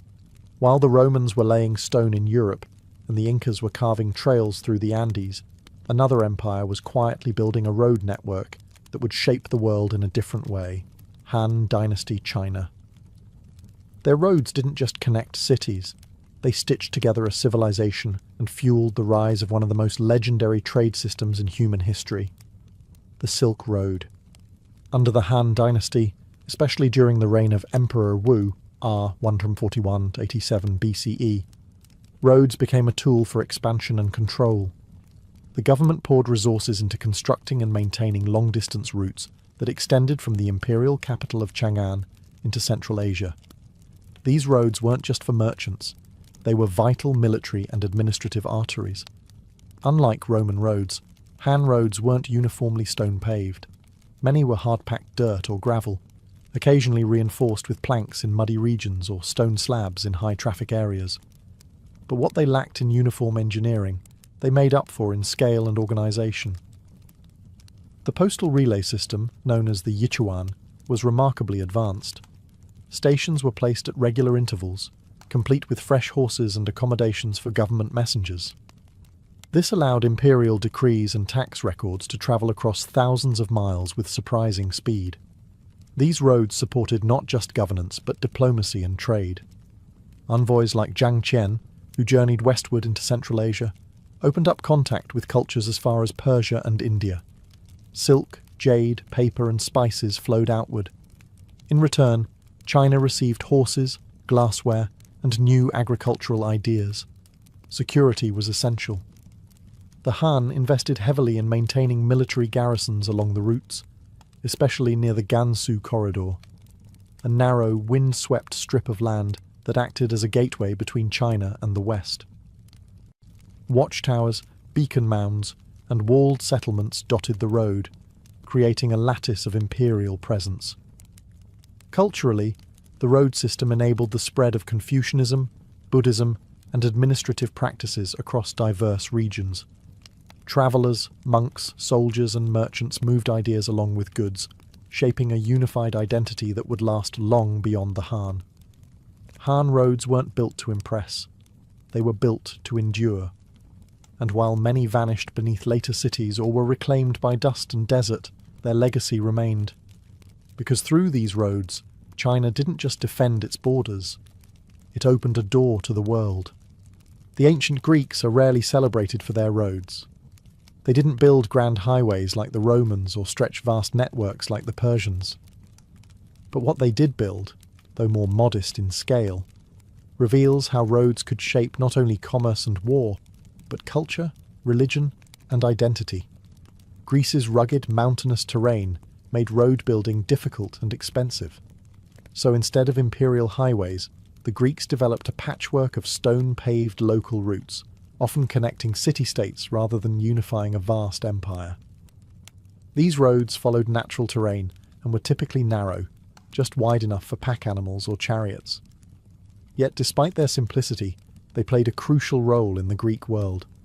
One of the most famous routes was the sacred way from Athens to Eleusis, used during the Eleusinian Mysteries, religious festivals dedicated to Demeter and Persephone. Each year, thousands of initiates walked this road in a grand procession, chanting hymns and carrying offerings. For them, the road was not just a path, it was a rite of passage, a journey from the world of the living into mystery and transformation. Another iconic route was the Pan-Hellenic Road leading to Delphi, the home of the Oracle of Apollo. Pilgrims, kings, and philosophers alike took this winding road through mountains and valleys to consult the oracle. Along the way were treasuries, shrines, and inscribed stones, forming a spiritual journey as much as a physical one. But Greek roads weren't only sacred. They were used by soldiers, philosophers, and traders. Think of Xenophon's Anabasis, describing the long retreat of Greek mercenaries through Persia, a brutal, road-bound odyssey. Or imagine Socrates, who often walked from the Agora to the Academy or the Lyceum to teach under the open sky, his feet tracing worn paths of dialogue and debate. What set Greek roads apart wasn't their engineering, it was their integration into daily life. They weren't built by emperors to display dominance. They emerged organically, shaped by marketplaces, sanctuaries, and social rituals. And through them, ideas travelled just as fast as soldiers or carts. Philosophy, theatre, democracy, even Olympic athletes. They all moved on dusty, narrow roads that wound through olive groves and city gates. Simple as they were, Greek roads carried the weight of a civilization that changed the world, not by force, but by thought. In ancient India, roads weren't just channels of commerce, they were arteries of spiritual life, imperial governance, and cultural exchange. From the Mauryan Empire in the 3rd century BCE to to later Gupta rule, Indian civilizations developed a remarkably organized road network that connected fertile river valleys, coastal ports, trade towns, and holy cities. The most transformative period for ancient Indian roads came under Emperor Ashoka, the Buddhist monarch who ruled most of the subcontinent around 268–232 BCE. After renouncing violence following the bloody Kalinga War, Ashoka turned to public welfare, and roads became a central feature of that transformation. Ashoka ordered the construction and expansion of roads across his empire. These weren't just dirt paths. They were deliberately engineered routes, often lined with trees for shade, wells for water, and rest houses for travellers. He placed inscribed stone pillars along the roads, not to mark distances but to declare edicts, urging compassion, truthfulness, and religious tolerance. It was governance by visibility. The most famous of these roads ran from Pataliputra, modern-day Patna, to the northwest frontier, connecting the Ganges Plain to present-day Pakistan and Afghanistan. This stretch later became part of the northern trade route that would evolve into the Silk Road, linking India to China, Persia, and the Greco-Roman world. Indian roads carried more than goods, they carried faiths and philosophies. Buddhist monks walked these roads to spread their teachings. Hindu pilgrims used them to journey between sacred rivers and temples. Even Jain sages took to these routes in quiet contemplation. The roads became bridges between ideas. Trade flourished. From the eastern coast, goods like spices, textiles, ivory, and gems travelled inland and outward, reaching Roman ports and Central Asian markets. Roads linked urban centres like Taxila, Ujjain, and Varanasi, each a hub of commerce and scholarship. Though many Indian roads were not paved like Roman ones, they were maintained seasonally, especially before monsoon rains. Engineers used gravel, wood planks, and packed earth, often elevated slightly to prevent flooding. What made India's ancient road system unique wasn't brute force, it was plurality. Roads served kings, farmers, saints, and scholars alike. They didn't just connect empires, they connected world views, and in that blend of purpose, part political, part spiritual, part economic, India paved not just roads, but pathways to influence that would stretch far beyond its borders. Ancient roads weren't just flat paths stretching across the land. They were feats of engineering that overcame rivers, ravines, and rugged terrain. To build effective roads, civilizations had to master the art of bridge building, drainage, and durable construction. The Romans were pioneers in bridge engineering. Their roads often crossed vast rivers using stone arch bridges, structures that could support heavy loads and endure centuries. The Ponte Milvio in Rome and the Alcantara Bridge in Spain are prime examples. The Roman arch used keystones and carefully cut stones, distributing weight perfectly. Their bridges weren't just practical, they were symbols of imperial power, inviting awe and respect. But the Romans weren't alone. The Incas, faced with wild rivers cutting through Andean gorges, built rope suspension bridges crafted from woven grasses and vines. These bridges were lightweight, but incredibly strong, rebuilt annually by local communities in rituals still practiced today. Crossing these bridges was not just a physical challenge, but a cultural one, binding communities to the land and to each other. In ancient China, engineers developed beam bridges and pontoon bridges. The famous Zhaozhou Bridge, built during the Sui dynasty, completed in 605 CE, is the world's oldest open spandrel stone segmental arch bridge. It combined aesthetic grace with remarkable engineering, allowing heavy traffic to cross the Jing River for centuries. Drainage was equally critical. Roman roads were crowned in the centre to shed rainwater quickly, with ditches on either side. In the wet and monsoon-prone lands of India and Southeast Asia, roads were often elevated on causeways or filled with gravel layers to prevent washouts.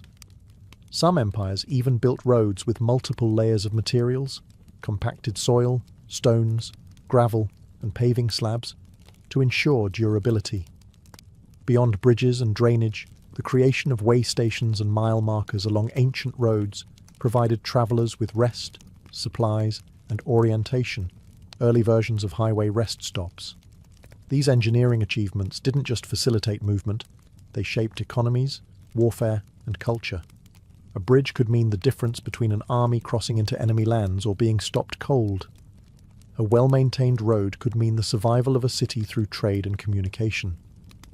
Ultimately, the engineering behind ancient roads was an expression of human ingenuity, a testament to how societies adapted to and reshaped their environments to move people, goods, and ideas across vast landscapes. Throughout history, ancient roads were more than mere pathways. They were the lifelines that allowed empires to thrive, expand, and endure. Roads connected distant cities and remote villages, enabling trade, communication, and cultural exchange that defined civilizations. Empires understood that without efficient roads, armies could not move quickly, governors could not enforce law, and merchants could not prosper. Roads shaped economic hubs, encouraged urban growth, and even influenced the spread of religions and philosophies. The Silk Road, the Roman Via Appia, the Incan Capacñan, all carried more than just goods. They carried ideas and identities. The maintenance of these roads required vast bureaucracies and dedicated labour forces, reflecting the organisational prowess of empires like Rome, Persia, China, and the Incas.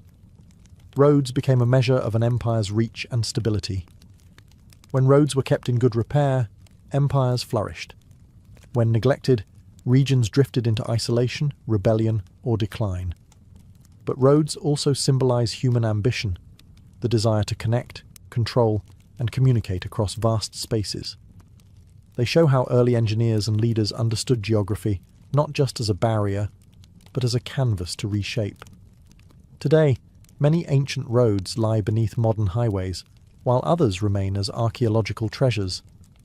They remind us that the infrastructure we often take for granted was once a monumental achievement, paved with sweat, stone, wood, and ingenuity. The legacy of ancient roads is alive in every journey we take, every letter sent, and every trade route that links our globalized world. They are the silent architects of empire, culture, and civilization. In essence, the story of ancient roads is the story of humanity itself, ever on the move, building bridges, both literal and metaphorical, across time and space.